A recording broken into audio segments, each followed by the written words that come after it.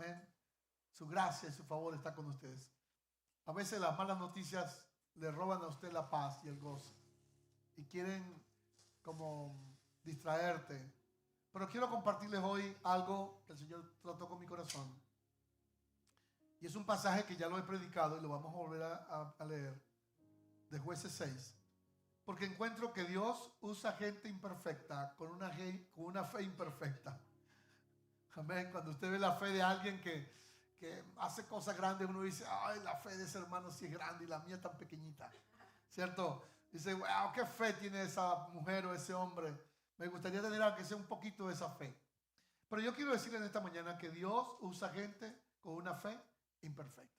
Vamos a decirlo juntos. Dios usa gente tan imperfecta como yo y con una fe imperfecta como la mía. Pequeña, a veces débil. Voy a compartirle 3 aspectos importantes de las personas como tú y como yo que tenemos una fe imperfecta. En Jueces 6, un pasaje muy conocido, dice que los hijos de Israel hicieron lo malo ante los ojos de Jehová. Bueno, ellos estaban acostumbrados a hacer lo malo. Cada vez que Dios los bendecía hacían lo malo, pero Dios los entregó en manos de sus enemigos por 7 años. Y la mano de Madián prevalecía contra ellos. Y ellos se escondieron, se hicieron cuevas. Pero quiero que ustedes miren algo en el versículo número, por favor, 11. Lo leas conmigo en voz alta. Y vino el ángel de Jehová. Léanlo conmigo, lean la palabra de Dios conmigo. Diga, vino el ángel de Jehová y se sentó debajo de un árbol y que está en Orfa, del cual era de Joás, que era birrita. Y su hijo Gedeón estaba sacudiendo el trigo en el lagar para esconderlo de los madianitas. Y esto que viene quiero que lo leas en voz alta. Y el ángel de Jehová, más fuerte, que el ángel de Jehová se le apareció y le dijo, Jehová está contigo, varón esforzado y valiente. El Señor está contigo, varón esforzado y valiente. Y Gedeón dijo, si Jehová está conmigo, ¿por qué nos ha pasado todo esto? ¿Dónde están las maravillas que nuestros padres nos han contado? Así que lo primero que vamos a mirar hoy, y que es importantísimo que ustedes lo tengan claro, es que las personas que tenemos una fe imperfecta como nosotros, una de las primeras cosas que hacemos es que nos hacemos preguntas complejas, preguntas difíciles en la vida, preguntas existenciales, preguntas que cualquier persona no te da la respuesta porque no la tiene. Ustedes tienen preguntas en su mente que nadie tiene la respuesta a esas preguntas. Ustedes se hacen preguntas difíciles y Señor, ¿y qué va a pasar después de esto? ¿O qué va a pasar con esto? ¿O por qué pasó esto? Ahora, esas preguntas complejas son 4 que vamos a mirar hoy. 4 preguntas tenía Gedeón. Porque este muchacho, Dios le dice que es valiente y él está con mucho temor y mucho miedo. Está cuidando el trigo y lo está sacudiendo en el lagar porque los madianitas venían cada año y le arrebataban el fruto de su trabajo. Para que ustedes tengan una idea del contexto, Madián era descendiente de Abraham y Cetura, según Génesis 25:2. Y Madián estaba en lo profundo del desierto, más o menos a unos 350 kilómetros entre Madián y la tierra de Israel. Y los madianitas habían descubierto un armamento de guerra pesada, última generación de ese tiempo. El arma nuclear de ese tiempo lo tenían los madianitas y eran los camellos. Usaban los camellos como el arma potente para la guerra. Israel solamente tenía la infantería, pero los madianitas tenían los camellos y tenían millares de camellos. Dice que eran como langostas cuando venían. Y los camellos, la razón por la que esta gente descubrió ese armamento pesado de última generación es porque los camellos son feos, y aparte de feos, grandes, y aparte de grandes, fuertes y resistentes. Un camello podía recorrer 3 o 4 días ese trayecto de 350 kilómetros y podían llegar hasta Israel sin tener que tomar agua y sin comer. Es decir, 3 días caminando con cargas pesadas, sin necesidad de tomar agua y sin comer. Así que ellos descubrieron un arma muy potente, que eran los camellos. Y los israelitas, cuando veían que venían esos camellos y venían con tanta cantidad, pues ellos temblaban de miedo. Aparte de eso, los madianitas descubrieron otra cosa tremenda que quiero que usted lo piense hoy y para que vaya sacando sus conclusiones. Uno es que el enemigo siempre buscará usar un arma poderosa para derribarte. Quiero que lo escuches bien y lo grabes en tu mente y en tu corazón. El enemigo siempre buscará un arma poderosa para derribarte, cualquiera sea tu enemigo. 2, el enemigo no le importa viajar distancias largas, lejanas, con el único propósito de buscarte a ti para derribarte a ti. Puede viajar 350 kilómetros, puede viajar hasta donde sea para derribarte. Ahora, la otra cosa es que estos enemigos del pueblo de Israel, que Dios los había puesto porque ellos habían hecho lo malo, y hoy no me voy a enfocar en eso, pero sí vale la pena que les diga que por alguna razón, a nosotros se nos tiende a olvidar muy rápido las cosas buenas que Dios hace. Vuelvo a decirlo para que usted lo grabe y lo escuche. Por alguna razón a las personas se les olvida lo bueno que Dios ha hecho y de alguna manera volvemos a hacer lo malo. Si usted lee Jueces, usted consigue que ellos hacían lo malo cada vez más y más. Ahora, hacer lo malo no necesariamente es hacer lo perverso, abominable que les hablé hace 15 días. Hacer lo malo también es dejar de hacer lo bueno. Lo vuelvo a decir. Hacer lo malo es dejar de hacer lo bueno. De manera que, si usted lee Jueces 5:31, usted lee lo siguiente. Así perezcan todos tus enemigos, oh Jehová, mas los que te aman sean como el sol cuando sale con su fuerza. Y lean esta frase. Y la tierra reposó 40 años. Gracias, hermano. ¿Cuántos años? ¿Cuántos años? Y quizás para los que no están muy familiarizados con la Biblia, me permito compartirles un poquito. 40 años atrás habían hecho también lo malo. Y había un hombre que se llamaba Sísara, que era el capitán del ejército de Javín, y había venido otra vez para hacer las mismas cosas con los israelitas. Dice el capítulo 4 y 5 de Jueces, que había una mujer que se llamaba Débora, que era de esposa de Lapidot, y que esta jueza siempre acostumbraba a sentarse debajo de una palmera para dar el juicio a la gente, atender a la gente. Y un día Débora llamó a Barak, su capitán de la guardia, y le dijo: Barak, el Señor te ha dicho que vayas y enfrentes a los enemigos y a Sísara, porque Él lo va a entregar en sus manos. Barak le tembló el pulso y le dijo a Débora: Débora, si tú no vas conmigo, yo no voy a vencer al enemigo. Entonces Débora, que era una mujer fuerte y valiente, dice la Biblia que Débora le dijo: está muy bien, Barak, yo voy a ir contigo, pero no va a ser tuya la victoria, sino que será la victoria de una mujer, porque tú no has querido asumir el rol que te corresponde, pero yo voy a ir contigo. Barak fue y Débora fue con ella y persiguieron a los enemigos. Y Sísara, que era un hombre muy malo, iba huyendo y llegó a la casa o a la tienda de una mujer que se llamaba Jael.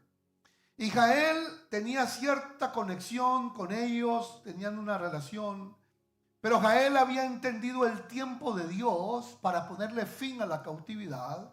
Y cuando llegó Sísara a la tienda de Jael, le dijo: por favor, déjame entrar. Ella le abrió la puerta, dice que lo atendió, le colocó una sábana, se acostó como a descansar, y él pidió agua y ella le dio leche. Se considera que la leche tiene cierto efecto relajante. La leche caliente con hierbabuena es buena para dormir. Así que Jael le dio una taza de leche caliente a este hombre sanguinario, y cuando él, de lo cansado que estaba y lo cansado, quedó rendido en el sueño, ella buscó un mazo y una estaca y lo golpeó justo en la sien y quedó clavado en tierra el enemigo. Cuando Barak venía persiguiéndolo, Jael abrió la puerta y le dijo: aquí está el hombre a quien usted persigue y busca. Se cumplió la profecía. ¿De quién? De Débora, que le dijo: no será tuya la gloria, sino que será ¿de quién? De una mujer. Porque tuvo miedo de enfrentar el enemigo, aunque Dios lo había dicho. Cuando tú cedes el honor que Dios te ha dado, en la posición que Dios te ha dado, y dejas de pelear tus batallas y dejas que otros peleen las batallas por ti, no será tuya la gloria. Tú, cada uno individual, está llamado a pelear sus propias batallas y a liberar sus propias batallas. De manera que terminó esa guerra y hubo 40 años de paz, pero volvieron a hacer lo malo, porque parece ser que cuando nosotros estamos bien nos olvidamos de lo bueno que Dios ha sido con nosotros. Cuando estamos mal, buscamos a Dios. Debería ser todo lo contrario. Busquemos a Dios con más ganas cuando estamos bien, para que cuando vengan los días malos estemos fuertes y podamos resistir, hermanos. Ahora, están en este contexto y la Biblia nos dice que el ángel le dijo a Gedeón: eres un varón valiente. Y como varón valiente está sacudiendo el trigo en el lagar. El lagar es el lugar para hacer el vino y no para sacudir el trigo. El trigo se sacudía en lugares abiertos y el vino se sacaba en lugares oscuros, lugares encerrados. Una pregunta que uno se puede hacer inmediatamente es: ¿de qué era valiente? ¿Qué era valiente Gedeón?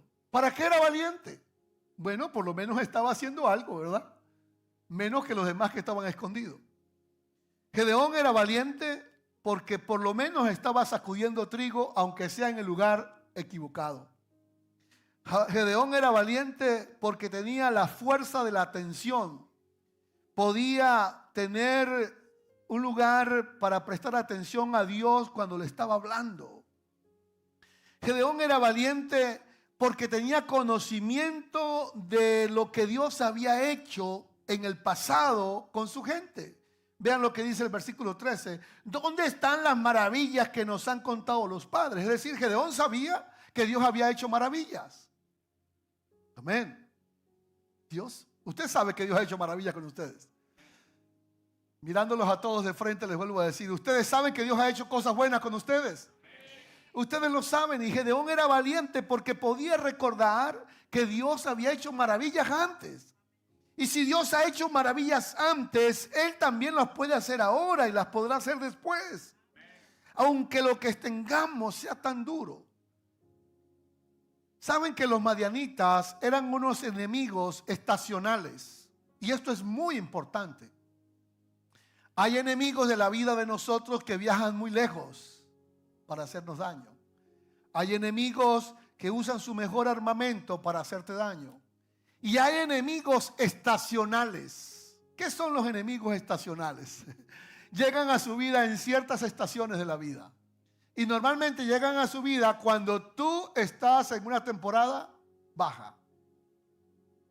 Lo increíble era que los madianitas viajaban 350 kilómetros con todo su ejército de camellos una vez al año. Pero ¿saben para qué? Ellos sabían exactamente cuándo los israelitas habían sembrado, habían cultivado, había crecido y ya estaba en cosecha y tenían el fruto. Solo venían cada una vez al año para llevarse, ¿qué cosa? El fruto. Tan terriblemente mal es el enemigo de nuestras vidas que no le gusta sembrar ni pagar el precio, solo quiere robarte tu fruto. Así que yo diría que todos debemos tener los ojos bien abiertos en la vida y no ser tontos e ingenuos. Cuando estamos en lo mejor de la vida, ese es el fruto. Y ahí es cuando más tenemos que abrir los ojos. Y justo cuando ellos tenían el fruto en la mano, venían esa cantidad de camellos y se llevaban el fruto y ellos se quedaban frustrados porque no podían pelear contra ellos. Así que Gedeón lo que pudo hacer fue esconder el trigo y Dios le dijo: eres un hombre valiente. Eres un hombre valiente porque tienes por lo menos preguntas difíciles. Dios no te condena por las preguntas difíciles. Eres un hombre valiente porque recuerda las maravillas. Escúchame esto con atención que voy a decirte hoy. Y me perdona que le hable así como si estuviera tuteándolo. Los valientes siempre recordamos las maravillas en lugar de recordar la amargura y la frustración. La gente valiente siempre recuerda las maravillas en lugar de recordar lo malo que le ha tocado en la vida. Gedeón había escuchado que le habían dicho que Dios hacía maravillas. Pero Gedeón también era valiente porque él no quería vivir de las maravillas de otro. Él quería experimentar en carne propia las maravillas de Dios con él. Perdón. Y este es uno de los grandes secretos de la vida cristiana. Tú no puedes vivir de las maravillas de otro. Dios quiere que tú experimentes en tu propia vida y yo en la mía sus maravillas. Amén. Gloria a Dios. Gloria a Dios. Gloria a Dios. Gloria a Dios. Dios quiere que usted viva en su carne propia el testimonio que tú necesitas vivir. Tú necesitas experimentar la mano de Dios en tu vida. Y a veces, como dijo un autor, Dios nos vuelve a llevar al punto del dolor, de donde no queremos regresar, para que de ahí nos saca y florezcamos para la gloria de Él. Dios no comparte su gloria con nadie. Por eso nos las pone tan difícil a veces, muy difícil. ¿Por qué? Porque cuando nosotros hacemos las cosas por nuestra fuerza y nuestra capacidad, no le damos la gloria a Dios.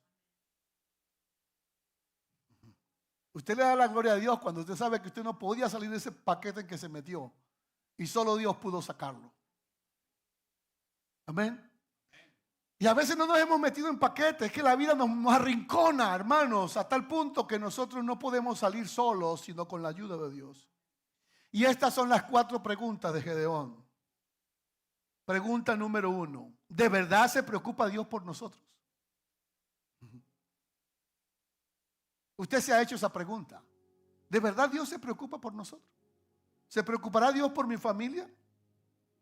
Posiblemente usted se ha hecho esta pregunta. Si Dios se preocupa por mí, por mi familia, ¿por qué me está pasando esto? ¿Por qué me está pasando esto si es verdad que Dios se preocupa? Y eso es lo que le dice Gedeón a Dios. Hermanos, sean honestos con Dios. Sean honestos con sus amigos, con sus líderes. No vivan vidas de apariencia. Honestidad con respeto. Gedeón decía: Dios nos castigó, Dios nos ha reprendido, y aunque ahora venga a ayudarnos, la verdad es que no sé si Dios podrá preocuparse de nosotros. Pero la Biblia responde a esa gran pregunta en el libro de Lucas 12:6 y Mateo 10:31 y en muchas partes más.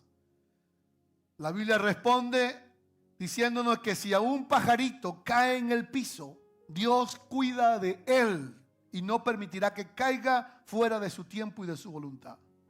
Y que si Dios cuida de un ave, también cuidará de nosotros.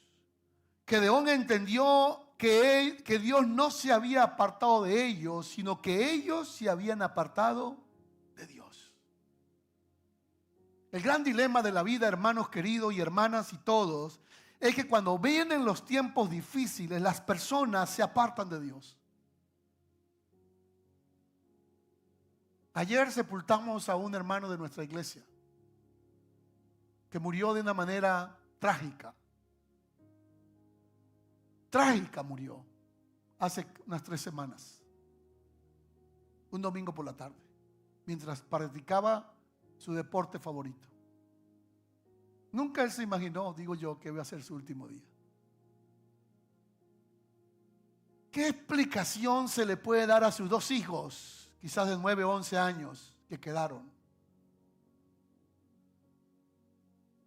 La manera como manejamos el dolor en la vida nos prepara para acercarnos a Dios o para alejarnos de Dios. Gedeón estaba amargado, estaba triste, decepcionado, porque por causa de otros también él estaba viviendo lo que él no había cometido. Y la pregunta que se hizo, ¿será que Dios se preocupa por nosotros? Ya la respondí. La segunda pregunta que se hizo Gedeón del 6, 14 al 24 es, ¿sabe Dios lo que hace? Y yo sé que usted muchas veces se ha preguntado esto. ¿Sabe Dios lo que hace? ¿Sabrá Dios por qué permitió la muerte de algún ser querido de su hijo? ¿Su único hijo murió? ¿Algún familiar falleció? ¿O algún sufrimiento en el cual usted no encuentra salida? Y usted se preguntará, ¿sabe Dios lo que está haciendo? Pero si sabe Dios, ¿por qué me golpea tan duro? ¿Sabe lo que dice la Biblia? Que Dios sabe lo que hace. Daniel 4:35. Daniel 4:35 dice, porque Él hace según su voluntad en el cielo y en los habitantes de la tierra, y ninguno puede detener su mano. Si lo pueden poner en pantalla, Daniel 4:35. Nadie le pregunta qué haces, por qué lo haces. Dios sabe lo que hace. Dios sabe por qué ha permitido eso en tu vida, hermano y hermana. Un cantante colombiano, Freddy, no recuerdo su apellido, escribió una canción que dice, todo en la vida lo has hecho por una razón, aún el dolor. Freddy, este cantante colombiano, perdió a su hijo pequeño. Murió y entró en depresión y se enojó con Dios y se amargó y se aisló de los demás y cerró su corazón. Hasta que Dios trató con él y lo sanó y lo levantó cuando él se volvió a Dios y escribió esa canción. Todo en la vida lo has permitido tú, Señor, por alguna razón. Así que la pregunta, ¿Dios sabe lo que hace? La respuesta es sí, Dios sabe lo que hace. Porque Él es soberano en el cielo, en la tierra, y nadie le pregunta ¿por qué lo haces? Porque Él sabe lo que hace. La tercera pregunta que se hizo Gedeón fue, ¿Dios cuidará de mí? Esta puede ser la pregunta de los dos niños que quedaron sin su padre este fin de semana. ¿Dios cuidará de mí? ¿Será Dios tan real y tan capaz que podrá cuidar de mí? ¿Podrá cuidar de un niño que perdió a su padre o a su madre? ¿Podrá Dios cuidar? El libro de Isaías 41:10 dice, no temas porque yo estoy contigo. No desmayes porque yo soy tu Dios, que te sustento siempre con mi justicia. Y el libro de Salmo 16:8 dice, porque el Señor tu Dios te sostiene de tu mano derecha y Él es el que te ayuda. Gloria a Dios. Amén. Dios nos ayuda, hermano, y dice Romanos 8:26, sí, amén, denle palmas al Señor, aún en la debilidad. ¿Saben? Hace poco leí de una de las 4 personas más ateas del mundo. Primero está Richard Dawkins y el segundo no recuerdo su nombre, pero la cuarta era una mujer atea, que esta mujer no solamente escribió libros, una científico, escribió libros negando a Dios y echando por tierra la existencia de Dios. Esta cuarta mujer, que eran como los 4 jinetes del Apocalipsis, ateos, escépticos, se llenaron de ira contra Dios y aún defienden la idea de que Dios no existe. ¿Saben lo que pasó con esta mujer? Brillante, matemática, experta. Ella cuenta que llegó un punto en su vida donde negar tanto a Dios y su existencia y su amor, la llevó a encontrar o a descubrir que el gran vacío que tenía en su vida cuando estaba aún dando debates públicos, negando la fe en Dios, el gran vacío de la depresión, de la angustia y del vacío existencial que sentía, era exactamente la ausencia de Dios. Y en una entrevista entre Richard Dawkins y ella, estos dos ateos, ahora esta atea que se ha convertido a la fe en Cristo, el ateo principal, que es Richard, le preguntaba: ¿quiere decirme entonces que tu fe en Dios te hace creer que existe un Dios? Y esta mujer de este lado le dice: pues exactamente cuando estuve en el umbral prácticamente del vacío, creyendo que la vida se produjo de la nada o por la evolución, encontré que lo que me hacía falta en la vida no era más ciencia, sino al diseñador y al creador inteligente, Dios. Alaben al Señor. Alaben al Señor. La otra pregunta que se hace usted, yo sé que se la ha hecho 1000 veces, y se la hizo Gedeón. ¿Cuáles fueron las 4 preguntas? ¿Dios podrá cuidar de nosotros? ¿Se preocupa Dios de nosotros? Y la segunda, ¿sabe Dios lo que hace? Tercera, ¿cuida Dios de mí? Y la cuarta es, ¿cumplirá Dios sus promesas? Queridos, ¿cumplirá Dios sus promesas? Y usted me dirá: pastor, bueno, a veces pareciera que no las va a cumplir. Se demora a cumplir mis promesas. Pero, ¿saben algo? La Biblia nos dice en Josué 21:45, me gustaría que lo coloquen en pantalla. Josué 21:45. Este gran líder del que les hablé hace 15 días dijo estas palabras: no faltó palabra de todas las buenas promesas que Jehová había hecho a la casa de Israel. Toda, díganlo conmigo, todos en voz alta, diga, todo se cumplió.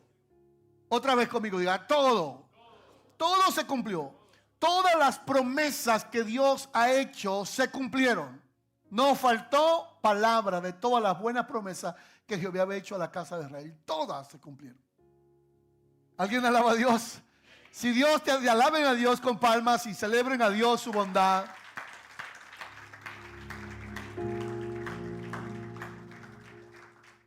Entonces estas 4 preguntas te las has hecho tú. La primera pregunta: ¿de verdad Dios se preocupa por nosotros? Sí. Si se preocupa por un ave, se preocupa por ti. La segunda pregunta: ¿sabe Dios lo que está haciendo? Sí, es soberano y Él cuida de ti, cuida de tu familia mejor. Y aún en lo inesperado de la vida, de la forma menos posible, Dios lo hará. ¿Cuidará Dios de ti, de tus hijos? Sí, cuidará. Él prometió cuidar de nosotros y lo hará. ¿Cumplirá Dios sus promesas? Sí, porque sus promesas son sí y amén. Así que cuando Gedeón se planteó estas preguntas, tenía serias dudas de que Dios podía hacer algo con él.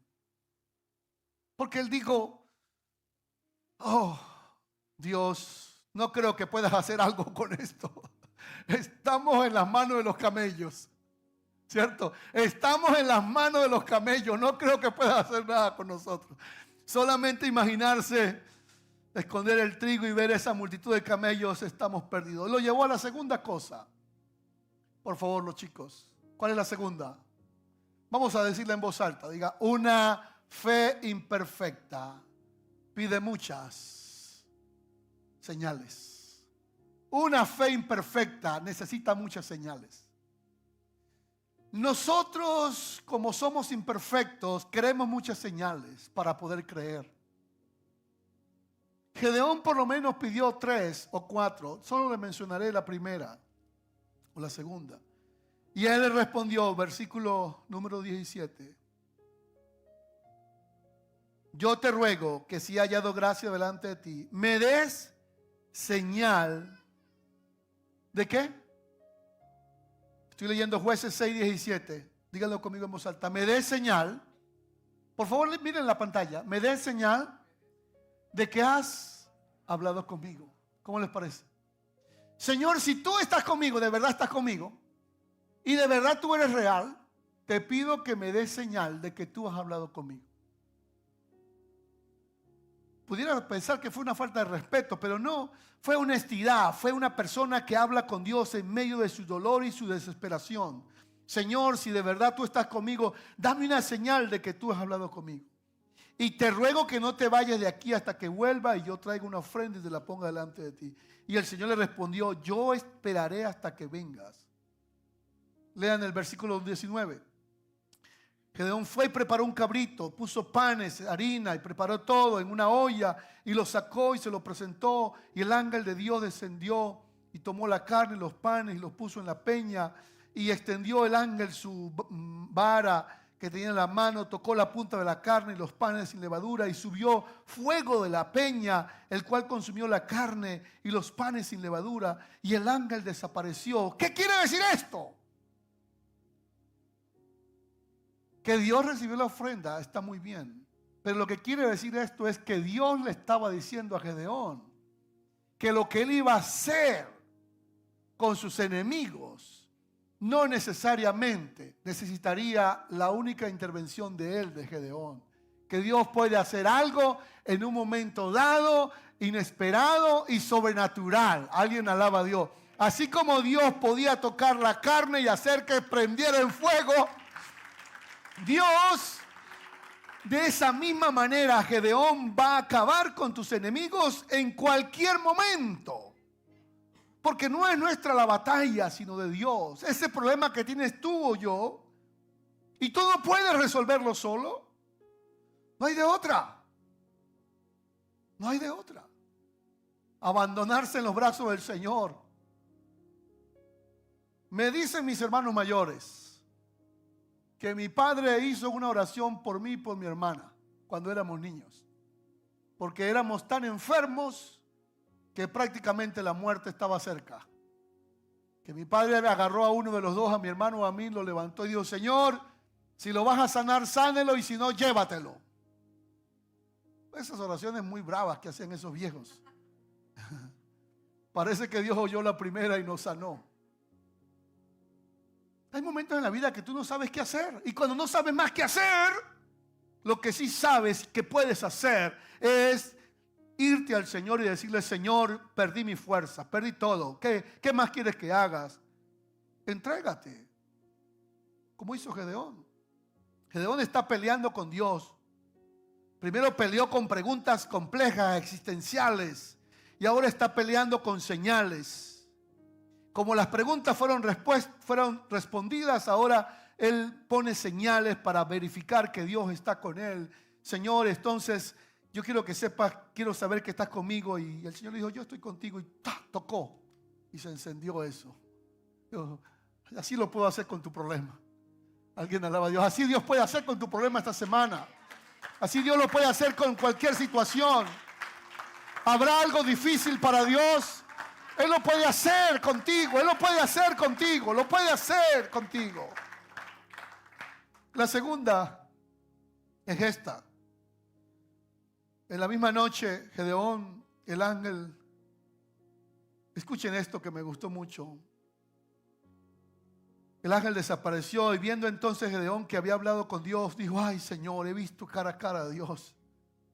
Pero el Señor le dijo, paz a ti, no tengas temor. ¿Quieres decirle a alguien que está cerca suyo esta palabra? Paz. Por favor, díganle a alguien, extiendan su mano hacia adelante, que ninguno se quede en el santuario. Díganle paz a ti, no tengas temor. El Señor les dice eso en esta mañana a ustedes también y a mí. Paz, hermano, paz. Quiero que sepan que no soy yo ahora quien estoy hablando, sino que es Dios directamente diciéndote a ti en esta mañana, paz a ti, no tengas temor.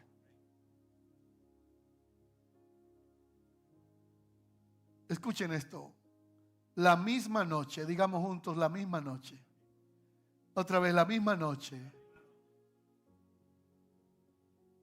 ¿Cuál fue la misma noche? El día que él recibió paz. El Señor le dijo: toma del hato de tu padre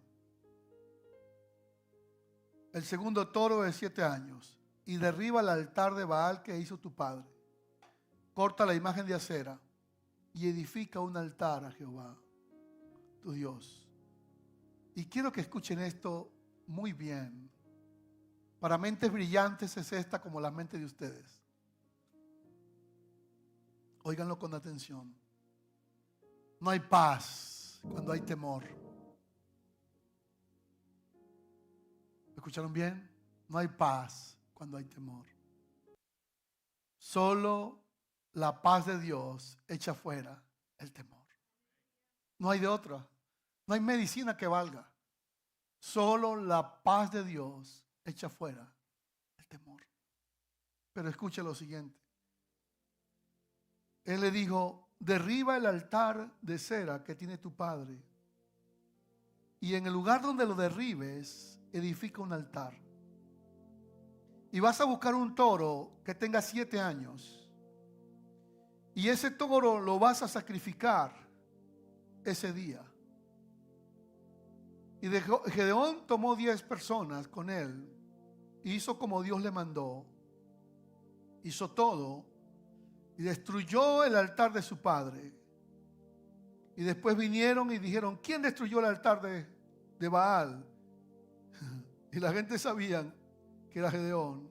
Y el papá de Gedeón le dijo: bueno, porque le dijeron: saca a Gedeón para matarlo. Y él dijo: bueno, pero si Baal es Dios, ¿para qué pelean por él? Deja que él se defienda solo. Pónganse de pie, hermanos. Escucha esto. Óigalo con demasiada atención.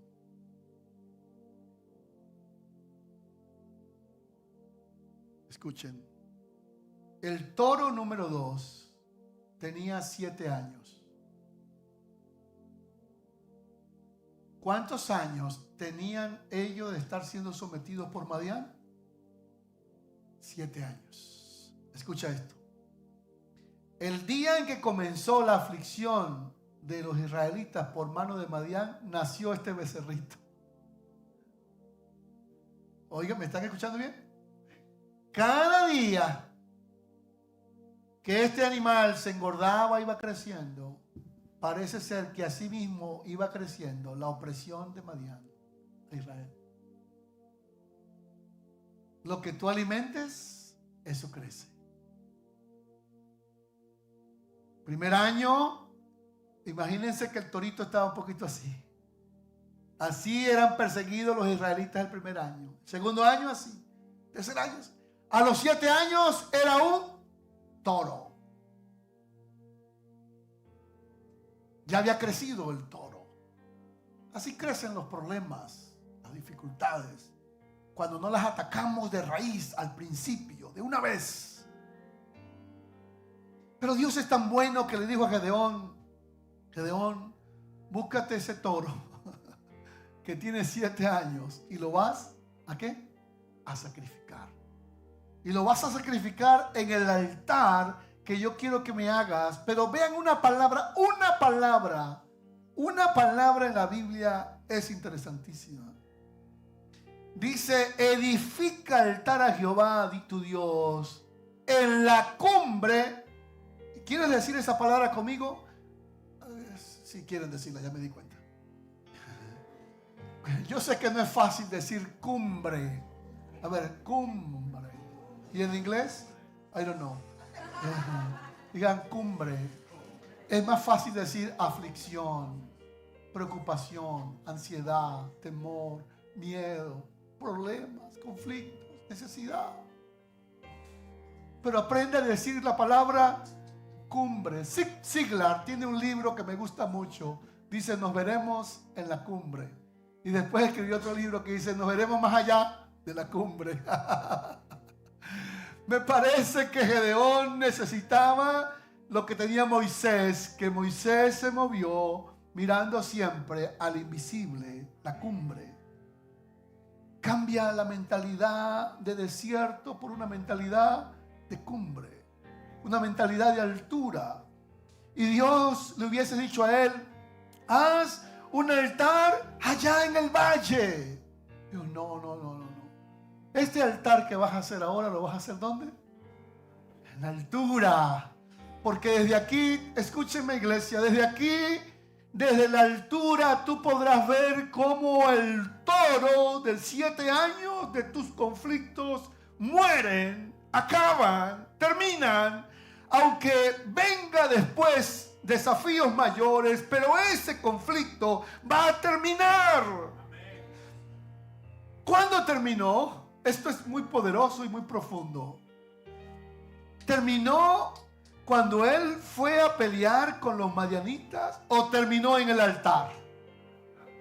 Pregunto porque algunos se me perdieron. ¿Dónde terminó realmente la batalla? ¿Cuando Gedeón fue a pelear con los madianitas o terminó en el altar?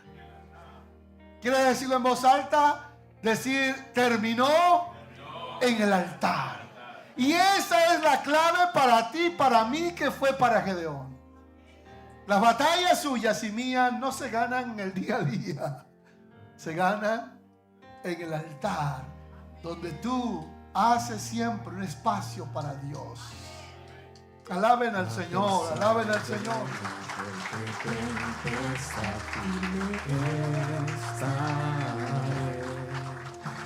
Y aprenderá este corazón a confiar en Él. Grande es tu fidelidad hacia mí. Grande es tu fidelidad hacia mí. Del amanecer al anochecer yo te alabaré. Grande es tu fidelidad hacia mí.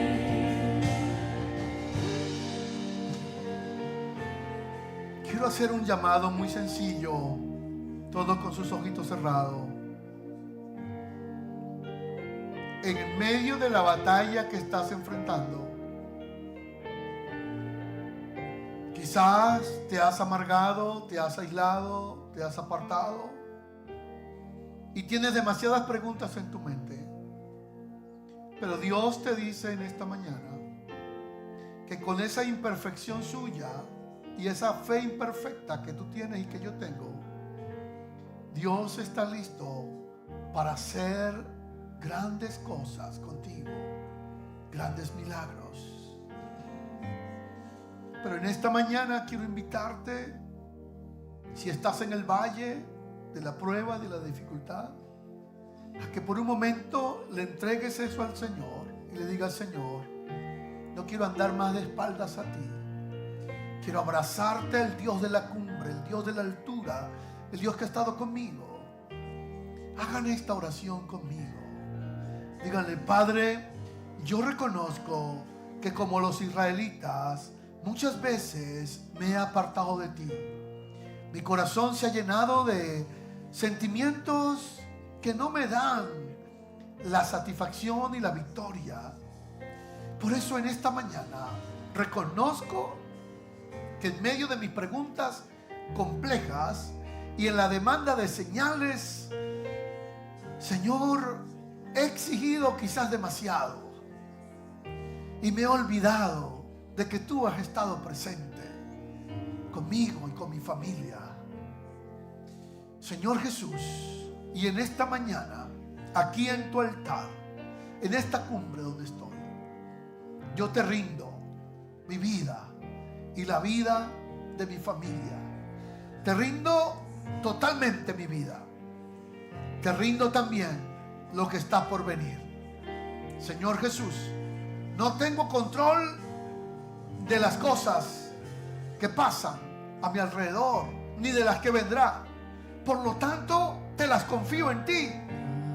Dígale en voz alta: te las confío en ti. No tengo control de nada. Por lo tanto, te las confío en ti, soberano Dios, para que tú, Señor, me ayudes para poder vencer cualquiera sea el enemigo que venga, y tener la confianza y la seguridad de que tus promesas son fieles y se cumplirán. Alabo tu nombre. Levanten sus manos al Señor. Levanten sus manos primero al Señor y digan en voz alta: Padre, aquellas cosas que yo no puedo cambiar, las acepto, las recibo como regalos, como dádivas. Las recibo, las acepto y dejo en tus manos el cambio. Dejo en tus manos la suerte final. Yo no puedo cambiarlas, Padre. No puedo cambiarlas. Yo no puedo cambiar la vida de mi familia, ni siquiera la mía. Ore con honestidad al Señor. Diga: ni siquiera mi vida la puedo cambiar. Yo no puedo cambiar la vida de mi familia. Por eso hoy me rindo en tu altar. Oren conmigo en voz alta. Por eso en esta mañana yo sacrifico todo altar que he levantado al ego, al resentimiento, a la amargura, al aislamiento. Todo altar que yo o mi familia ha levantado a cualquier otra cosa, el odio, la ira, el enojo. Padre, hoy derribo ese altar. Dígalo con fuerza y con autoridad. Hoy se cae ese altar. Hoy sacrifico ese toro, ese buey. Padre, no importa los años que tenga, hoy cae por tierra. Iglesia, levante su voz conmigo. Diga: hoy cae por tierra todo lo que me oprime, todo lo que oprime mi familia, todo lo que ataca el fruto de la paz en nuestra casa. Hoy cae por tierra. Hoy cae por tierra. Hoy cae por tierra. Y en el lugar de esa aflicción, en el lugar de la desesperación, yo levanto un altar al Señor. Un altar al Dios que me da paz. Alguien lo puede decir en voz alta. Un altar al Dios que me da paz. Al Dios que me da paz. Al Dios que me da paz. Aleluya, con sus brazos abiertos. Este es un acto de fe. Sacrificar el buey de 7 años era un acto de fe y obediencia. Como un acto de fe, extienda sus manos y diga: hoy recibo al Dios que me da paz. Con más ganitas diga: al Dios que me da paz. La paz de Dios que sobrepasa todo entendimiento gobernará mi alma y mis pensamientos. Yo renuncio a todo altar que he levantado, a la queja, a la aflicción, a la tristeza, a la amargura, a toda autodefensa, a todo aislamiento, a toda soledad, a todo cerco que yo mismo he levantado, a toda barrera. Hoy levanto un altar en la cumbre para derribar todo lo que el enemigo haya planeado contra mi vida, mi casa, mi familia. En el nombre de Jesús, Jehová Shalom. Pronuncien esas palabras: Jehová Shalom. Jehová es mi paz. La paz aleja el temor. La paz trae autoridad sobre lo que te está afectando. La paz inunda tu corazón. La paz te sorprende. La paz hace que milagros ocurran. Milagros ocurran. Nadie podrá tocar su vida.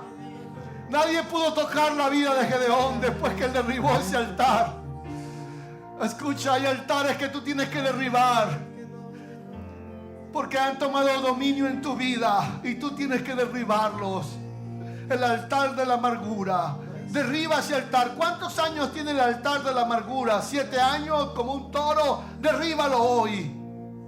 Derríbalo hoy. ¿Cuántos años llevas llevando ese dolor en tu vida desde que tu hijo o tu hija partió de esta tierra? Hoy derriba ese altar del dolor y abraza la paz de Dios. Abraza la paz de Dios. A lo mejor te cerraste a una relación amorosa porque tú querías tener el control, querías dominar todo. Ese es tu propio toro, tienes que sacrificarlo en el altar para que puedas levantar algo nuevo en tu vida. Ya no un altar hecho a lo que no funciona, sino un altar al Dios de la paz. Padre, abrazo tu paz. Abrazo tu paz. Gracias por revelarte a mí hoy. Y la mejor señal es tu paz. Aunque no entienda todo lo que pasa, yo seré obediente a ti. Dígale, seré obediente a ti. Y tú te encargarás de los resultados, Señor. Descanso en ti. Amén. Aleluya.